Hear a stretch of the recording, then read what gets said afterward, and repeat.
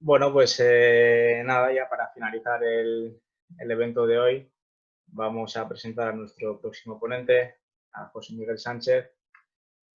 José Miguel es de España, él es psicólogo del trabajo y del deporte, profesor de universidad y de escuela de negocios, speaker motivacional y escritor. Próximamente publicará su tercer libro, El viaje del líder. Hoy nos va a hablar sobre el tema resetearse para vivir en el cambio. Así que, José Miguel, te voy a dar los mandos para que actives tu audio, tu cámara.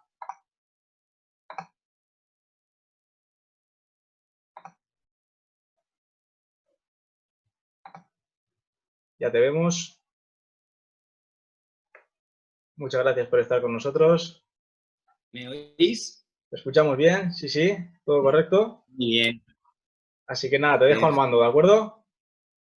Perfecto, pues muchísimas gracias, Álvaro. Es un verdadero placer compartir con tantas personas de tantos países para hablar de algo que a mí personalmente me gusta mucho, que es la capacidad que los seres humanos tenemos de resetearnos. Y en este momento en el que vivimos, en este momento de cambios, en este momento donde el entorno nos está mostrando que todo lo que creíamos que era seguro, que era cierto, ya no es así, en este momento es un momento importante para que en aquellos aspectos de nuestra vida seamos capaces de resetearnos. ¿Qué quiere decir resetearse? Resetearse quiere decir volver a reconectar circuitos neuronales que estuvieron conectados cuando éramos más jóvenes, cuando éramos niños. Circuitos neuronales que nos hacían poderosos. Fijaos, vivimos en un mundo que ha pasado, en escuelas de negocios se habla del mundo VUCA, un entorno que es variable, que es incierto, que es complejo, que es ambiguo, volátil, y yo creo que el entorno en estos momentos ha pasado a ser un entorno VUCAS. ¿Qué significa la S del final que le ha añadido? El entorno también se ha convertido en un entorno scary. ¿Qué quiere decir? Que nos da miedo. Es un entorno donde hay una percepción de miedo al virus, que todos estamos sufriendo, pero de miedo también a la parte económica. Aquí en Europa, específicamente en España, ya sabemos que lo vamos a pasar mal. Pero cuando hablo con colegas o con alumnos de Sudamérica me dicen que también en la parte económica, bueno, pues no vienen buenos tiempos. Por lo tanto, el entorno ha pasado de ser buca a ser bucas.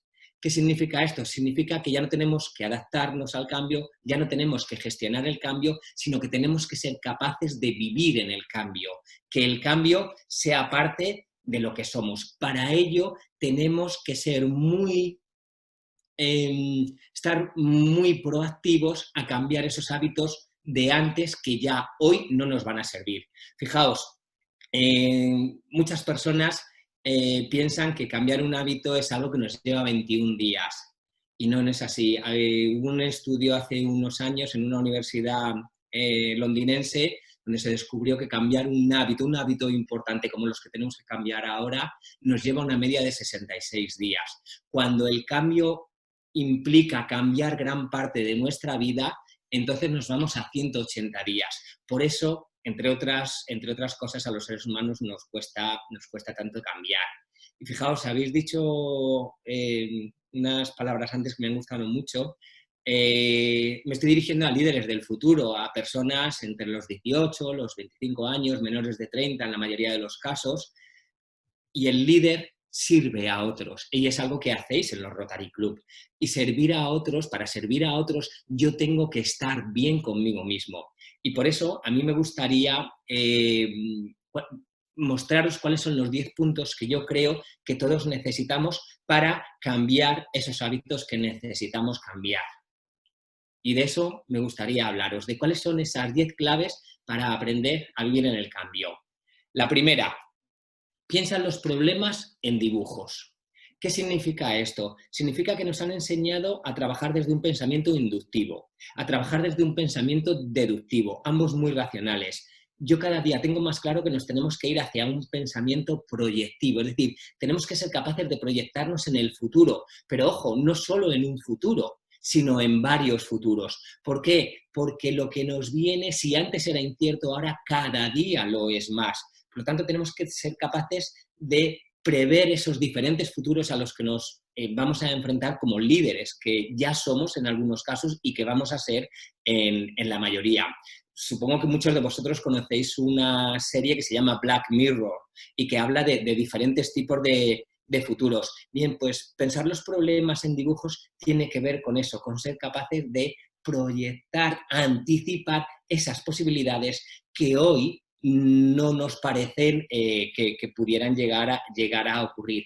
Para ello tenemos que cambiar el observador que somos ante los problemas. Igual que este virus nos ha cambiado completamente el paradigma, nosotros tenemos que ser capaces de cambiar el observador que somos ante los problemas. Número 2, cuídate. Si yo quiero ser un líder en el futuro, no se trata de que sea un buen líder en un aspecto de mi vida, que sea un líder donde solo sea bueno en la parte profesional o solamente sea bueno en un entorno X. Para ser un buen líder tengo que tener lo que a mí me gusta llamar bienestar integral. Fijaos, si yo os digo que hacer deporte es bueno, me vais a decir, ya, eso ya lo sabemos, es bueno para nuestra salud.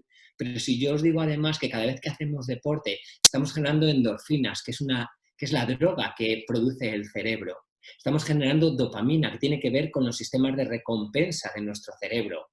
Y estamos generando serotonina, que es la hormona del bienestar. Y lo que es más importante, cuando hacemos deporte, estamos disminuyendo nuestros niveles de cortisol, que es la hormona del estrés. Es decir, integrar el deporte en nuestra vida va a hacer que como líderes tengamos ese bienestar que nos va a hacer llegar a solucionar, a atajar casi cualquier reto al que nos enfrentemos. Por supuesto, aquí en esta parte de cuídate debemos añadir la parte de la nutrición. Hay que tener mucho cuidado con el azúcar que tomamos, con productos procesados, cuanto más naturales mejor. Al final, como líderes, tenemos que ser lo primero de nosotros mismos, para entonces serlo de otros. Es decir, el líder siempre empieza desde dentro y desde ahí va hacia afuera. Por lo tanto, cuando conseguimos tener una buena presión sanguínea, tener una buena respiración, que nuestros niveles de dopamina estén altos, que nuestros niveles de endorfina estén altos, lo que estamos generando es lo que los deportistas, las personas que nos gusta el deporte, llamamos el flow. Ese momento en el que cuando estás haciendo deporte estás a la vez disfrutando. Desde ahí, desde ese bienestar con el deporte, con la nutrición, ahora hablaré también de la parte mental, vamos a ser capaces de liderar mejor a los demás. 3, medita. Claro, si estamos hablando de ese bienestar, el bienestar mental también es importante. Y en la meditación, algo clave es la respiración. La meditación lo que consigue es que tu respiración sea cada vez más tranquila, más pausada. Respirar rápido juega en nuestra contra. Cada vez que respiramos rápidamente, nuestro cerebro entiende que hay un peligro alrededor. Por lo tanto, ese tipo de respiración va a hacer que nos estresemos, que nos pongamos en alerta. Por tanto, tenemos que aprender a meditar, a hacer una respiración abdominal. Yo suelo enseñar en mis cursos de formación la meditación 3-5-3. 3 segundos, inspiro. 5 segundos, mantengo el aire dentro del organismo. Y 3 segundos, expiro. Con esa secuencia estaré utilizando 11 segundos por cada meditación. Estamos hablando de menos de 6 respiraciones por minuto. El mensaje que recibe nuestro cerebro en ese momento es que si tengo tanto tiempo para respirar es porque no hay ningún peligro alrededor. Y es verdad que ahora habrá países donde todavía estén en el confinamiento, donde salir a la calle todavía no sea algo que podamos hacer. Por ejemplo, donde yo me encuentro en Madrid todavía hay muchas restricciones, pero dentro de nada, dentro de unos meses, volverá al día a día, volveremos a ir apagando fuegos. Y tenemos que ser capaces de generar el hábito ahora. ¿Para qué? Para que cuando ese día a día empiece a ahogarnos, a poder con nosotros, que nosotros ya tengamos unos hábitos como la meditación que nos tranquilices en esos momentos que necesitemos tranquilidad.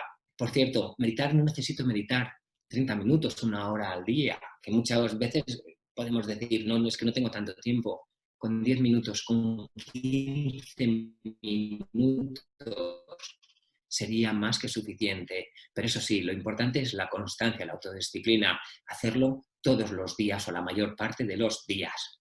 Punto 4 para vivir en el cambio. Pon el foco en lo importante de tu vida. Fíjate, como futuros líderes que sois, si tú quieres trabajar en aquello que te va a hacer disfrutar, necesitas 2 cosas. 1, conocer tus puntos fuertes, en qué eres bueno, en qué eres buena. 2, conocer tu pasión. ¿Qué es lo que te apasiona en la vida? Si juntas ambas cosas, tus puntos fuertes, tus fortalezas y tu pasión, lo que vas a hacer es tener un trabajo que te va a hacer disfrutar. Que lo que va a hacer ese trabajo es que no lo consideres siquiera un trabajo.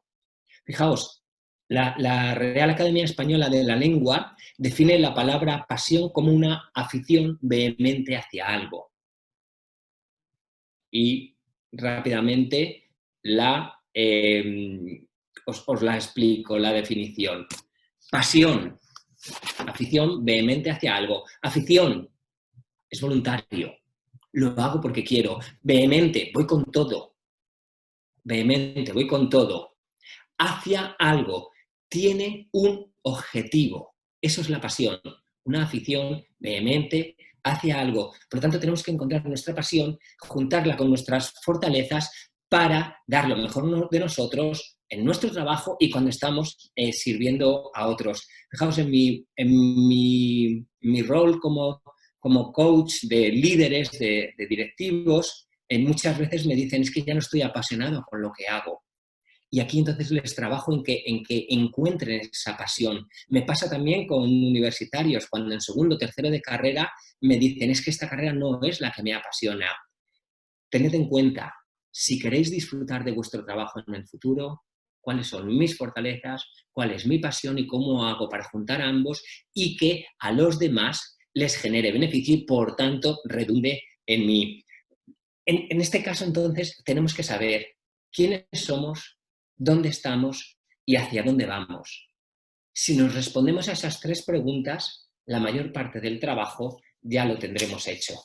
Pon el foco en lo importante de tu vida. No se trata de tener éxito solo en una parte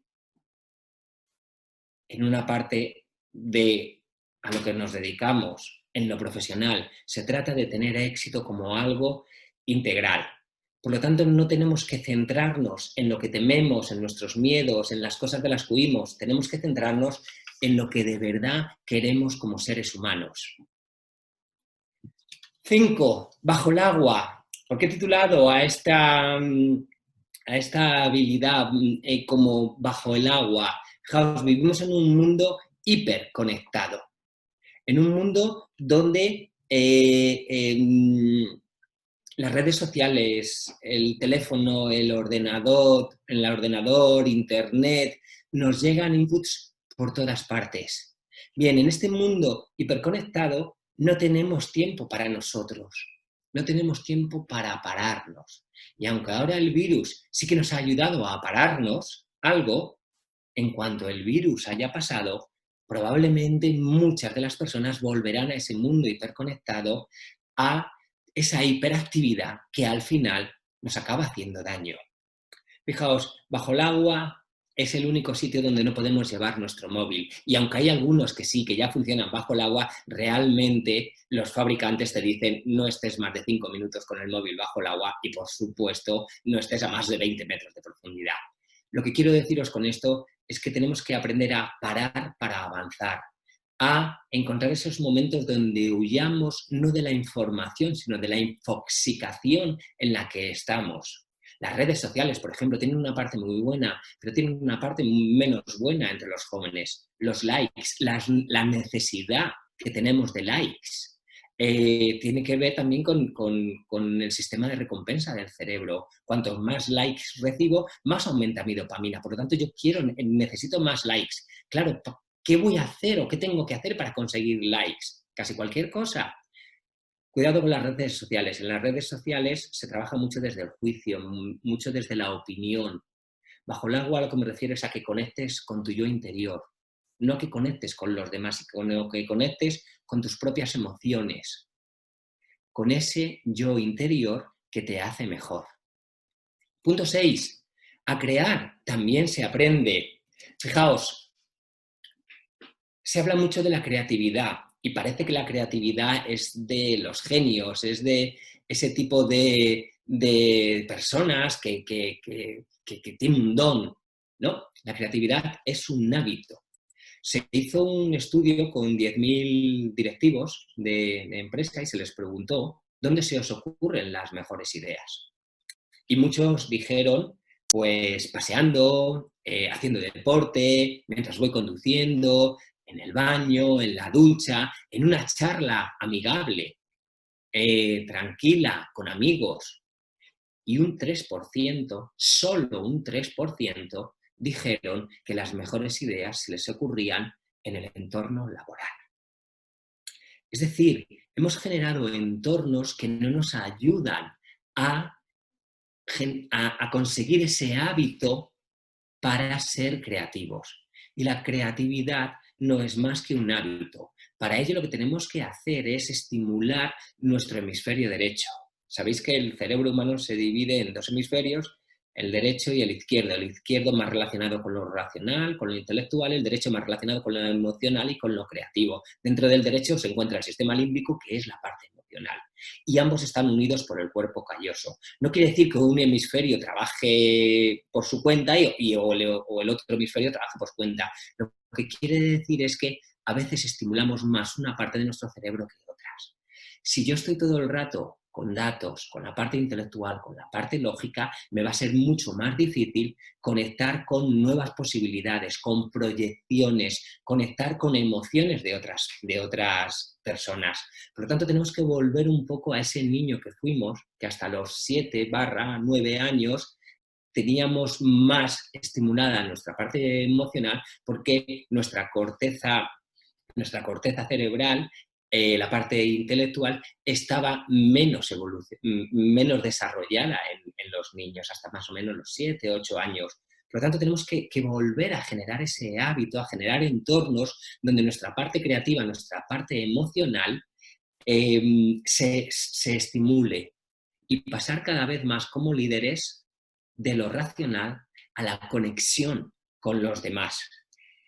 Es verdad que creando nuevas cosas, es verdad que probando nuevas cosas, podremos cometer errores. Está esa posibilidad, la posibilidad de cometer errores. Pero fijaos, lo importante no es el error.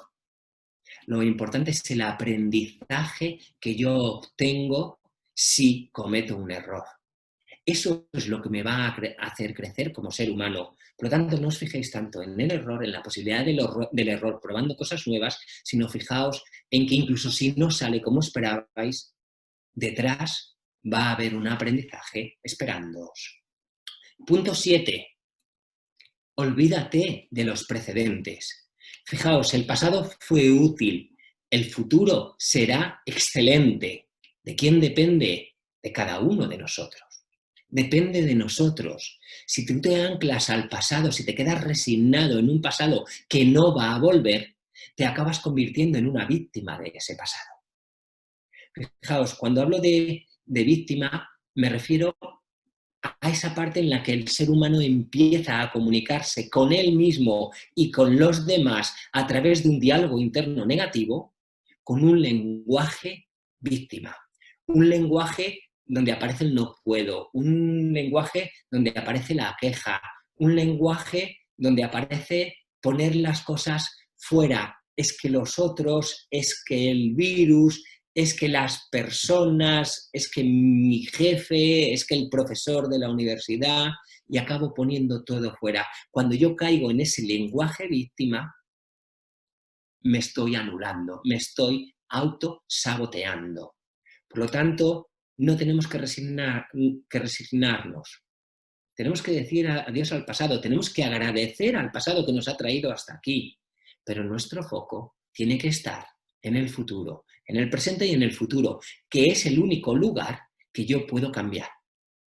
Yo el pasado no puedo cambiarlo, pero el futuro sí. ¿Por qué? Porque lo elijo yo, porque decido yo cómo va a ser ese futuro. Y a pesar de las consecuencias, no es lo que me pasa, es lo que yo hago con lo que me pasa lo que importa. No son las consecuencias, no es el entorno, es como yo manejo, como yo gestiono ese entorno lo que verdaderamente importa. Fijaos, muchas personas cuando se quedan ancladas al pasado, normalmente lo hacen por miedo a la experiencia que se vuelva a repetir, por miedo a algo que les hizo daño y que no quieren que les vuelva a pasar. Se hizo un estudio hace unos años sobre los miedos y en este estudio se preguntó a un grupo de personas ¿a qué tienes miedo? Imaginaos, empezaron a escribir montones de cosas a las que tenían miedo, a perder mi trabajo, a la enfermedad, a que a mis padres les pasara algo, a que a mis hijos les pasara algo, a muchísimas cosas. Imaginaos la lista, tremenda. 5 años después, volvieron a llamar al mismo grupo de personas y les hicieron la siguiente pregunta. Les enseñaron su lista y les dijeron, ¿cuántos de estos miedos han ocurrido en estos 5 años? Fijaos, 5% de esos miedos ocurrieron. Yo tenía miedo a lesionarme haciendo deporte y me lesioné en esos 5 años. 5% fue azar. Tenía miedo a que se me cayera una maceta andando por la ciudad y se me cayó, por suerte me dio en el pie y no me hizo mucho daño. 10% en total. 90% restante de los miedos de esas personas en esos 5 años no ocurrieron. Los miedos en la mayoría de los casos son anticipaciones negativas de cosas que muy probablemente en el 90% no van a ocurrir. Por lo tanto, quedarme anclado a esa experiencia pasada, no es que me fue mal en el otro trabajo, es que me ha ido mal con esa persona, es que, y entonces si vuelvo, no nos focalicemos en los miedos nos anclan al pasado. Miremos las posibilidades que tenemos donde, en el presente y en el futuro. 8. Siempre hay opciones. ¿Cuándo hay opciones? Cuando yo soy capaz de pasar de víctima a protagonista. Yo genero las opciones cuando paso de ser víctima del entorno, de las situaciones, y entonces me convierto en protagonista ¿de qué? De mi vida. Y entonces elijo, incluso si me equivoco. Incluso si me equivoco. Cada una de nuestras elecciones deberían estar centradas en aquello que creemos que en ese momento es lo mejor para nosotros. Fijaos, me encuentro con muchas personas que generan una dependencia de otros, que dependen de lo que les digan otros, que dependen de lo que otros piensan que deberían hacer. Si tú dependes de otras personas, por supuesto, ya no te puedes llamar líder. Ya tu liderazgo se anula. Pero ese no es el principal problema. El problema añadido es que vas a acabar sufriendo, porque cada vez que dependes de otros, son los otros los que toman decisiones que te afectan a ti por ti. Ellos toman las decisiones que deberías de estar tomando tú y las toman por ti. Por tanto, siempre hay opciones, depende mucho de que tú decidas crear, generar esas opciones. Y para ello debes de creer en ti. Porque si crees en ti, creas ese entorno, creas esas condiciones para que esas decisiones que estás tomando sean las que necesitas. Fijaos, está claro que la mayoría de vosotros sois jóvenes y está claro que tenéis que escuchar a otras personas, a familiares, a vuestros padres, a profesores, a líderes Rotary, a jefes que tengáis o que vais a tener, ninguna duda. Pero ojo, yo escucho a otros a mi alrededor, pero al final el que toma la decisión debes de ser tú. ¿Por qué digo esto? Porque al final la persona que va a vivir tu vida eres tú y nadie más.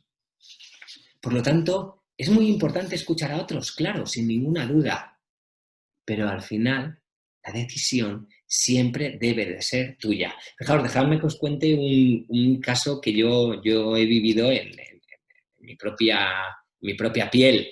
Yo desde hace unos años ya trabajo en mi propia empresa, pero antes yo trabajaba por cuenta ajena.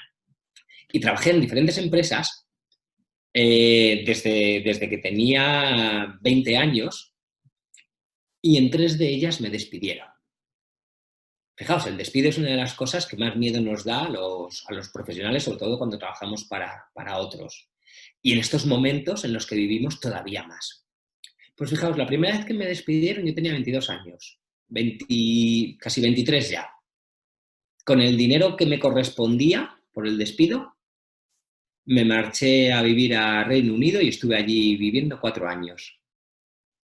Una situación dura que yo viví de la manera más natural. Segundo despido, yo tenía 31 años y era director de recursos humanos de una compañía en la época de Internet, de la burbuja del año 2000, 2001. Bueno, pues tardé 1 año y medio en volver a encontrar trabajo. ¿Por qué? Porque en aquel despido me despidieron porque cerró la empresa. Yo sentía que se había cometido una injusticia. Por parte del entorno, ni siquiera por parte de la empresa, que se había cometido una injusticia. Yo sentía ira, yo sentía enfado, frustración, en muchos momentos tristeza. Fijaos, en aquel momento yo hablaba 2 idiomas, inglés y, por supuesto, español, castellano. Había tenido la oportunidad de hacer un máster en dirección de empresa en una universidad de Escocia. Tenía muy buen currículum para los 31 años que tenía en aquel momento. Sin embargo, cada vez que iba a una entrevista de selección, y pasé por más de 15 en ese año y medio hasta que me contrataron, yo personalmente no me habría contratado. ¿Por qué? Porque yo llegaba a la entrevista con esas emociones de las que os estoy hablando, con unas emociones que para trabajar en equipo, que para formar parte de una organización son muy tóxicas. Son muy tóxicas para la persona que las tiene, en ese caso yo, y por supuesto son muy tóxicas para el equipo con el que va a trabajar o las otras personas de la organización. No os quiero ya contar si trabajas con clientes. Por lo tanto, ni siquiera yo me habría contratado. Ese fue mi segundo despido. El tercero ocurrió a los 37 años. Al día siguiente decidí que iba a trabajar para mí, por mi cuenta. Profesionalmente, probablemente la mejor decisión que he tomado en mi vida. Fijaos, os he contado la misma situación en 3 momentos de la vida de una misma persona, en este caso yo. Con 22 años ni le di importancia, algo natural. Con 31 años me hundí y mis emociones fueron todas negativas. Con 37 años saqué algo mejor de esa situación tan dura como un despido. ¿De qué va esto entonces? No es el entorno, no son las condiciones, no son las circunstancias. Es cómo tú reaccionas, las gestionas, lo que verdaderamente importa. A los 22 años, bueno, a los 31 años mi reacción fue negativa, a los 37 mi reacción fue muy positiva. Siempre hay opciones. ¿De qué depende? De ti. Tú decides. Por lo tanto, no es cuántas veces fallas lo que importa aquí. Lo que importa es cuántas veces te levantas. 9. Sonríe. Claro, ¿cómo no? ¿Por qué digo sonríe? Porque nosotros tenemos en el cerebro unas neuronas que se llaman neuronas espejo. Es decir, a través de ellas contagiamos emociones a los demás. Cuando yo iba a esas entrevistas con 31 años, las emociones que yo contagiaba a mi entrevistador, a mi futuro jefe, eran entrevistas negativas. Y él, aunque decía por currículum lo contrataría, personalmente no lo voy a contratar porque lo que me está contagiando son emociones muy negativas. Fijaos, el ser humano tiene la capacidad de empatizar. Nacemos con ella, con esa capacidad para conectar con los demás. La empatía tiene que ver con eso, con la conexión que yo genero con los otros. Es una conexión que si yo la hago bien me va a llevar al éxito. El éxito no es que yo lo hago solo porque yo soy el mejor. No, el éxito viene porque otras personas confían en mí, porque otras personas quieren darme la oportunidad de llegar a ellos, de ayudarles y de crecer juntos. La empatía tiene que ver con la conexión y la conexión nos lleva al éxito. Trabajando tú solo va a ser muy difícil, tienes que ser muy genio para que consigas éxito. Éxito global, como decía antes, no éxito solamente en un entorno. Y la emoción es acción. Para yo generar emociones, tengo que ponerme en marcha. En mi casa, sin conectarme con otros, va a ser mucho más difícil que yo genere esa empatía de la que os estoy hablando. ¿Por qué es importante también sonreír? Fijaos, hay muchos estudios sobre optimismo y pesimismo y hay un par de ellos que a mí me gustan mucho. En uno de ellos se habla de cómo toman decisiones los optimistas y cómo toman decisiones los pesimistas. Y en este estudio se vio que las personas que se consideraban a sí mismas pesimistas, a la hora de tomar decisiones, lo que hacían era, veían, analizaban todo lo negativo que tenía la situación, el problema al que se enfrentaban, y en función de eso negativo tomaban decisiones.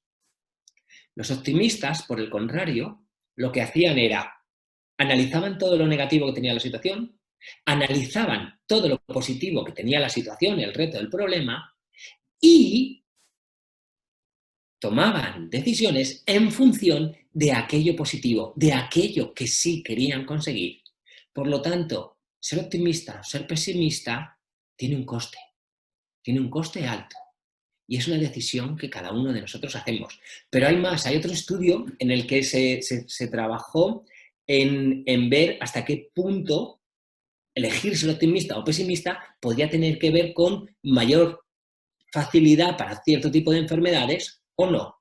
Y lo que se encontró es que los optimistas generan más anticuerpos y por tanto tienen un sistema inmunológico mucho más poderoso que la persona que se considera a sí misma pesimista. Es verdad que tiene una lógica detrás. Una persona que se considera optimista se cuida. Una persona que se considera optimista cree en ella, tiene autoconfianza, tiene autoestima alta. Por lo tanto, tiene mucho sentido que los optimistas, su sistema inmunológico esté más preparado ante cualquier problema que pueda haber fuera o que pueda afectarles. Los últimos estudios que se han hecho con optimistas, sobre todo en este caso ya más específicamente con optimistas, se han hecho en el mundo del deporte. Y en el mundo del deporte se ha visto que cuantas más emociones positivas tienen los deportistas, más alto es su rendimiento. Pues fijaos, estos estudios que se comenzaron en el deporte se han hecho también en el mundo de la empresa.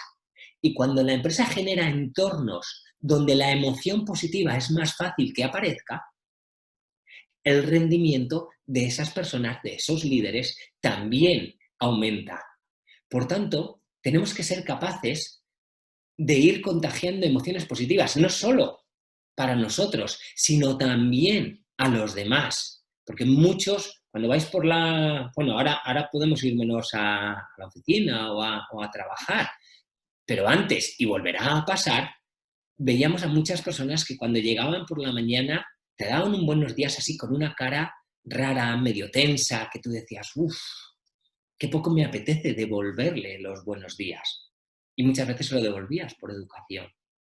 Contagiemos emociones positivas. Nuestra cara es la parte de nuestro cuerpo que más emociones contagia a los demás, porque lo vemos a través de los ojos, por las neuronas espejo. Por lo tanto, contagiemos esas emociones esas emociones positivas a los demás.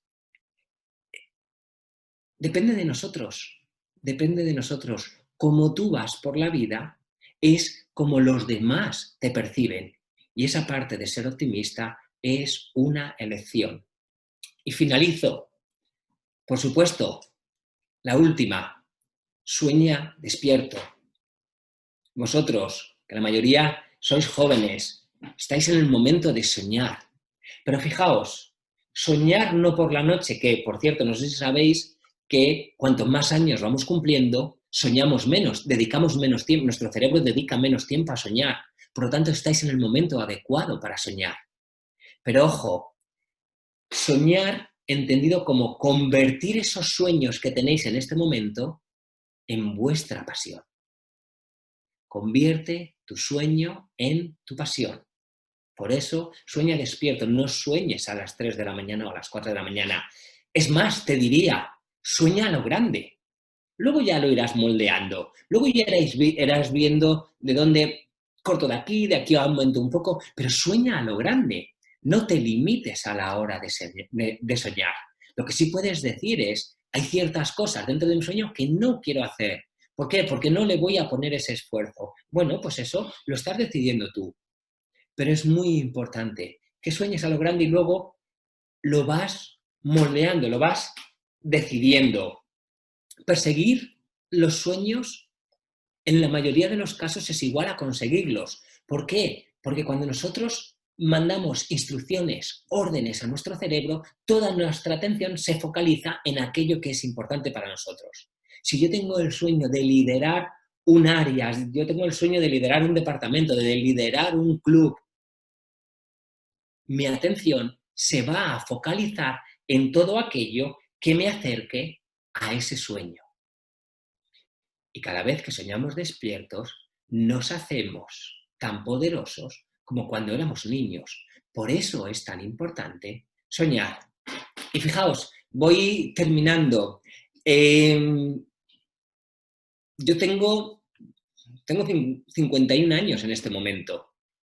Y yo miro para atrás y me considero responsable de la mayoría de las cosas que he vivido.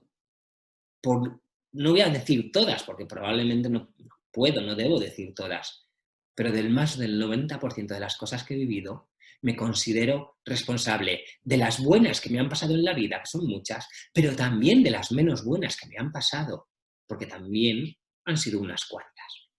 Al final, ¿de qué va esto? Esto que se llama vida es algo que cuando lleguemos a mayores, 85, 90, 95 años, que miremos para atrás y nos podamos decir a nosotros mismos, ha merecido la pena este rato que he estado aquí. Muchísimas gracias. Ha sido un verdadero placer compartir con vosotros este rato. Gracias. Y ahora ya estoy abierto a las preguntas que queráis hacerme. Muchísimas gracias. Claro que sí, José Miguel. Muchísimas gracias por compartir con nosotros tan excepcional información. Fíjate que me llamó mucho la atención tu frase, parar para avanzar. Mira, va a ser muy útil en estos momentos tan difíciles que estamos viviendo. Mil gracias de nuevo. Vamos a iniciar entonces nuestra sección de preguntas para nuestro querido panelista. Adelante, Fernanda. Muchas gracias, José Miguel. Un gusto conocerte. Ha sido una ponencia extraordinaria, la cual nos ha llenado de una nueva visión de cómo echarnos para adelante, ¿no? Quisiera iniciar con la siguiente pregunta que nos hace Jorge López Mena. ¿Se puede cambiar a las personas pesimistas a optimistas? Se puede cambiar a todo el mundo, pero fíjate, la frase está mal conjugada. Nadie puede cambiar a otra persona si esa persona no lo desea, pero incluso en los casos más extremos. Y por supuesto, un psicólogo, un coach, tampoco. ¿Cuándo cambia una persona? Cuando ella misma decide cambiar. Y entonces asume la responsabilidad y se pone en marcha y empieza a repetir diferentes conductas a las que tenía antes. Por lo tanto, ¿se puede cambiar a un pesimista? Se puede cambiar a casi cualquier persona, yo diría a todo el mundo, pero esa persona tiene que decidirlo, tiene que querer cambiar.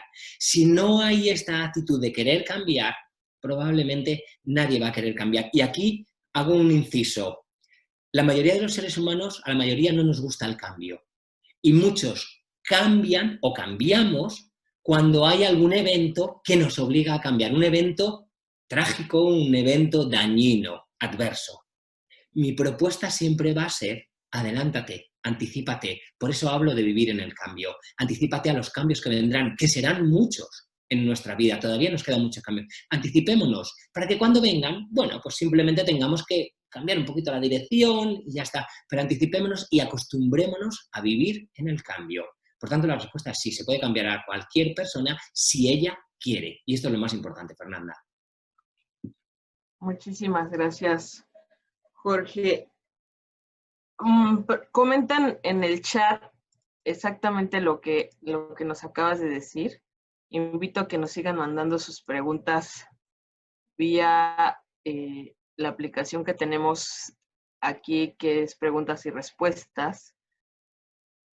Comenta Rosy Trejo, nadie puede cambiar a nadie, es una decisión personal. ¿Qué opinas sobre eso? Cierto, lo que acabo de comentar, pero es que incluso hay casos cuando los nazis en los campos de concentración, fijaos qué situaciones más duras, bueno, pues había personas que elegían no cambiar, que elegían ese poder que todos tenemos, que es el poder de elegir. Es verdad que en esos casos tan extremos, el coste en muchos casos era la tortura o incluso la muerte. Pero me lo llevo al extremo para que veamos lo fácil, entre comillas aquí, lo fácil que podría ser para cualquiera de nosotros si lo decidimos así. ¿Tenemos que cambiarnos por completo? Yo no creo que ninguno de nosotros tengamos que cambiarnos por completo, pero sí hay pequeñas cosas que nos podría venir muy bien cambiarlas, modificarlas, algo para que nos beneficiara más y por tanto beneficiáramos a otros. Esas pequeñas cosas dependen de cada uno de nosotros. Por lo tanto, estoy con esta chica y clarísimamente, nadie puede cambiar a nadie, pero tú puedes cambiar todo aquello que desees si le pones el esfuerzo y repites tantas veces como haga falta el nuevo comportamiento. Al final lo que estamos generando con los cambios son nuevos circuitos neuronales, no nos olvidemos. Y para generar un nuevo circuito neuronal necesitamos tiempo y repetición. María José Tandazo nos pregunta, ¿y si queremos cambiar, cómo sabemos por dónde comenzar? Pues fíjate, esta es muy, muy buena pregunta. ¿De qué va a depender? De aquello que tú consideres que va a ser mejor que lo que tienes, ojo, o aquello que tú consideres que te va a sacar del sufrimiento en el que estás ahora mismo. Pueden darse los dos casos. En la mayoría de las situaciones, mejor que tú nadie lo va a saber. ¿Qué significa cambiar? Significa ir hacia otro lugar diferente al que estás. Significa explorar diferentes sitios del que te encuentras. ¿Por qué un ser humano querría explorar un sitio diferente al que se encuentra? Las dos razones son las que te comentaba, Fernanda. Una, porque creo que lo que voy a encontrar ahí va a ser mejor que lo que ya tengo. Dos, porque lo que tengo no me gusta. Pero en ambos casos debe de ser la persona la que decida. Y os pongo un caso más extremo. Yo no lo estoy pasando bien en mi empresa, no estoy disfrutando. Además, tengo un jefe que no me ayuda. Bueno, yo tengo varias posibilidades. Una es aceptarlo y ver todo lo bueno que tiene trabajar ahí. No es el jefe, pero probablemente tenga otras cosas buenas. O dos es decir, no, ya estoy sufriendo, por tanto, lo que voy a hacer es voy a buscar otra empresa y otro puesto de trabajo y en el momento que lo encuentre me voy a marchar o voy a montar mi propia empresa, como muchos seguro que ya han hecho. Pero en ambos casos la decisión es tuya. O quiero mejorar o lo que quiero es, bueno, pues eliminar un sufrimiento que considero que no merezco. Muchas gracias, José Miguel. Dice Marvin Reinaga. Dicen que el primer paso es el más tenebroso, pero ¿cuál sería ese procedimiento para dar ese gran paso hacia algún proyecto o sueño, cómo vencer ese miedo. Un ejemplo, ¿cómo te sientes al publicar tu primer libro y cómo te atreviste a lanzarte? Mira, más que publicar un libro que al final fue algo bonito, fue algo, bueno, que yo no esperaba nunca de mí y en estos momentos está en la editorial del Tercero, con lo cual el primer sorprendido soy yo. Pero esto es algo bonito, no es difícil lanzarte hacia algo bonito. Yo os voy a poner un ejemplo diferente.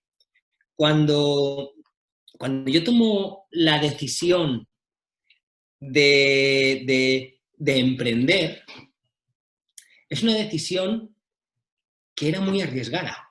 Si además os digo que en ese momento mi hija mayor, que hoy tiene 14 años, tenía 2 meses y medio, era una decisión muy dura, muy difícil. Lo más fácil era haber ido a buscar de nuevo trabajo en otra empresa y trabajar por cuenta ajena, que era lo fácil, que era lo que sabía hacer. Yo nunca había tenido mi propia empresa, por lo tanto, emprender para mí era algo completamente desconocido. Ese salto lo recuerdo perfectamente. Recuerdo perfectamente cómo yo sentía algo más que mariposas. Sentía ¿y si me estoy equivocando? ¿Y si estoy cometiendo un error? ¿Y si no funciona? ¿Y si no sale bien? Y de repente tuve un momento, que además lo recuerdo perfectamente, ese momento en mi vida, ese momento de lucidez, donde me dije, ¿para qué me sirven todos estos ISIS? No me sirven para nada.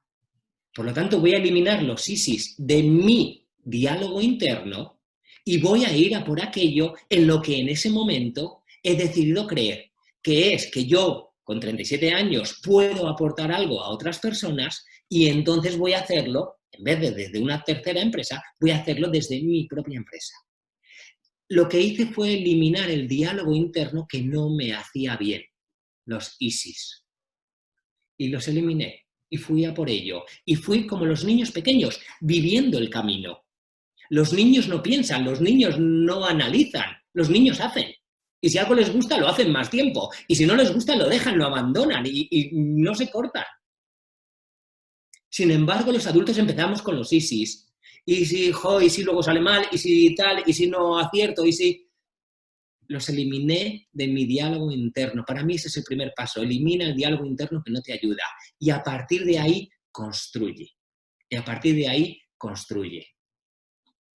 Dándole un poco de continuidad a esta pregunta, Álvaro Díaz, de el Club Rotaract y Latinoamérica, te pregunta, ¿cuáles son las herramientas que nos podrías dar para enfrentar los fracasos? Para enfrentar los fracasos. Mira, fíjate, para mí esa es una palabra que trato de no utilizar en mi vocabulario. Yo distingo entre error y fracaso. Error es lo que nos pasa, muchas veces nos equivocamos, ¿vale? Cometemos un error. Fracaso es una interpretación psicológica. Cuando yo hablo de fracaso, lo que estoy haciendo es interpretar que algo ha ido mal y que, por tanto, demasiadas veces tomo identidad. Es decir, lo vivo como propio. Los seres humanos cometemos errores y tenemos 2 opciones, aprender de ellos y mejorar o quedarnos hundidos en ellos. Y entonces ahí está el fracaso. Es lo que yo os decía antes de la experiencia pasada, de no hacer caso a los precedentes. Por lo tanto, lo primero que tenemos que hacer es una buena distinción. No, los seres humanos no fracasamos, cometemos errores. Y con suerte, muchos de nosotros lo que hacemos es aprender de ellos. A partir de ahí, lo que yo voy a hacer es analizar qué ha funcionado para mantenerlo.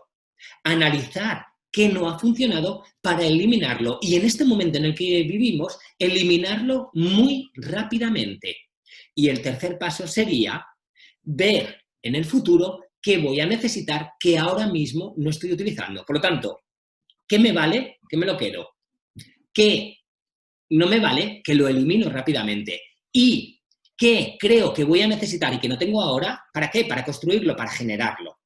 Esos para mí son los 3 pasos importantes, partiendo de la base de que no creo en la palabra fracaso. Es una interpretación psicológica de algo que nos pasa a todos, que nos ha pasado desde que éramos niños. Estamos aquí gracias a los errores que hemos cometido en nuestra vida.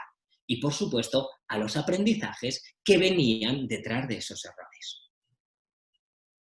Muchísimas gracias. Perdón, mi perrita enloqueció.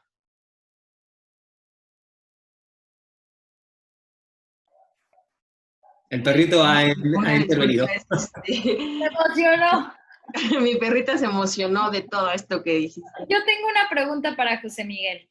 Michelle, Hola, José Miguel, mucho gusto. igualmente. Me gustaría saber, ¿no? ¿Cómo hacer para no perder la motivación cuando decidimos seguir nuestros sueños? En este caso, a lo que queremos dedicarnos, ¿no? De manera profesional. Mira, Michelle, la motivación nace de cada uno de nosotros. Por lo tanto, esto juega a nuestro favor. Si yo acabo perdiéndola, es porque yo he decidido perderla. Y esto, que en lo racional se entiende, la motivación no tiene que ver tanto con lo racional y más con lo emocional, con lo cual hay momentos donde nuestra motivación baja. ¿Qué pasa o qué debemos hacer cuando nuestra motivación disminuye? Tenemos que conectar con lo que hay detrás de ese sueño. Porque yo quiero ser líder de, porque yo quiero montar mi empresa, porque yo quiero ayudar a otros. Pero lo que es más importante, ¿para qué quiero hacerlo? ¿Cuáles son los objetivos? ¿Cuáles son los beneficios para mí y para los otros? ¿Qué hay detrás de ese sueño? Cada vez que mi motivación baje, tengo que volver a conectar con eso que me hizo comenzar el camino de eso que llamamos sueño, que a mí me gusta, como hacía en la ponencia, distinguir entre el sueño a las 3 de la mañana, que casi siempre son pensamientos en un estado bioquímico diferente, esos son los sueños y tienen que ver con lo que nos ha pasado el día anterior, con el sueño de esa meta, ese objetivo, esa pasión que quiero tocar con las manos, que quiero tangibilizar. Por eso para mí es tan importante que pensemos en soñar despierto. Michelle, cuando la motivación baje, conectémonos con aquello que nos hizo empezar el camino. ¿Por qué decidí yo dedicarme a esto? ¿Por qué decidí yo montar esta empresa? ¿O para qué, que es lo más importante, comencé este camino? Desde mi punto de vista, a mí al menos, y cuando trabajo con clientes, es lo que nos ayuda a conectar con ese para qué. Y cada vez que conectas con él, vuelves otra vez a cargar ese depósito de motivación que está dentro de nosotros. La motivación no nos la quita ni nos la pone nadie, la decidimos nosotros. Y esto es lo más importante. Muchas gracias, José Miguel. Otra preguntita así muy rápido, si me lo permiten. ¿Y qué pasa cuando tenemos muchos sueños, ¿no? Que queremos, por decir, estar en Rotary y aparte tenemos que trabajar y queremos hacer mucho ejercicio, ¿no? Equilibrar todos los aspectos de nuestra vida. ¿Cómo podemos enlistarlas o tú cómo nos recomiendas? Porque primero empezaste a hablar del deporte, ¿no? Yo me considero una persona que no le gustaba el deporte y pues todo lo que he leído, ¿no? He escuchado muchas pláticas, obviamente ahora sí, pertenecer a Rotary y tener encuentros con personas como tú, muy inspiradoras, pues quieres lograr todo, ¿no? Quieres equilibrar, estar como en todos los aspectos al 100, pero ¿cómo logramos hacerlo? Mira, Además, ¿no? Además de lo que quieres hacer, servir, ¿no? Ayudar. Michelle, una de tus últimas frases tiene la clave. Has dicho estar en todo al 100. Y eso es el error. Ese es el error. Como seres humanos no podemos estar en todo al 100. Y además eso no es el equilibrio. El equilibrio, fijaos, si en vez de 100 utilizáramos una escala del 1 al 10, lo que yo llamo equilibrio es movernos entre el 6 y el 9. Y está claro que en el deporte durante el verano voy a estar más cercano al 9. En el invierno, pues a lo mejor me quedo más por el 7. pero nunca bajo del 6. Y cuando estoy en el Rotary Club, pues estoy ayudando en ciertos momentos al 8, pero en otros momentos me puedo relajar un poco más y ayudo al 6. Cuando estoy en mi empresa, me voy, ahora con el COVID, pues empiezo a ver diferentes formas, estoy en el 9. Lo importante es priorizar. El ser humano no puede hacer todo al 100. No podemos hacer todo perfecto. Somos humanos. Por lo tanto, lo primero que tenemos que aceptar es eso. ¿Eso quiere decir que entonces tenemos que resignarnos y qué pena que...? No, yo puedo llegar a muchas cosas. Tengo que priorizar cuáles son las importantes. Por eso pone el foco en lo importante. Tengo que priorizar cuáles son las importantes, pero no tengo que olvidarme de ninguna. Digo, bueno, a una me la llevo al 1 y la otra me la llevo al 10. No, porque esa que está en el 1 al final me va a hacer daño. Por eso yo me muevo en una escala de 1 a 10 entre 6 y 9. Y entre 6 y 9 lo que estoy haciendo es mantener equilibrio en todas. Y esa escala además es flexible. Hoy está al 6 una parte de mi vida, pero dentro de 2 meses puede estar al 8. Pero nunca voy a permitir ni a permitirme que baje del 6, porque cada vez que baje del 6 va a afectar a otras. Esto por un lado, esa es la parte del equilibrio. La segunda parte es priorizar. Y en cada momento yo tengo que saber, hoy, ¿qué es lo importante? ¿A qué le tengo que dar un 9? Pues hoy, en mi caso, estoy con el trabajo online, con todo, estoy muy centrado en cómo llevar todo lo que hacía antes al online. Pues ese es mi 9 ahora mismo. ¿Quiere decir que en el deporte me he ido a un 3? No, nunca. Pero probablemente en el deporte ahora esté en un 6. Yo tengo 2 hijos. ¿Quiere decir que porque estoy muy centrado en el trabajo a mis hijos me he ido al 3? No, nunca en la vida. Pues con mis hijos ahora estoy en un 8 porque como los tengo todo el día en casa, nos vemos un montón y estamos más tiempo juntos. Pero lo que quiero decir es, en todos esos ámbitos tú te vas a ir moviendo, pero quédate porque los números muchas veces nos ayudan a centrarnos entre 6 y 9. No todo al 100, no todo al 10. No puedes tú, Michelle, no puedo yo, no podemos ninguno, porque no somos humanos. ¿Qué hace mucha gente? Muchas personas con las que trabajo, sobre todo directivos y directivas, se ponen al 100 en el tema empresarial, se ponen al 100 en su trabajo, pero al 3 o al 30 en su vida personal, al 20 en sus amigos, al 50 en el deporte. Y llega un momento que con 40 y muchos años, de repente tienen problemas serios, problemas graves, relacionados con el estrés y relacionados con la enfermedad. ¿Por qué? Porque se han focalizado tanto en algo, en un punto específico, que ha hecho daño al resto de ámbitos de su vida. Por lo tanto, entre 6 y 9, y 2, priorizar. Hoy que toca 9 y mañana que toca 7 o pasado que toca 6, pero nunca bajar del 6. Muchas gracias, José Miguel. Ahora sí, me resuelves una duda muy grande que tenía y agradezco tu participación en nuestro RLA y pues muchas personas están felicitándote, están muy motivadas, quieren saber los nombres de tus libros y seguirte más de cerca. Gracias.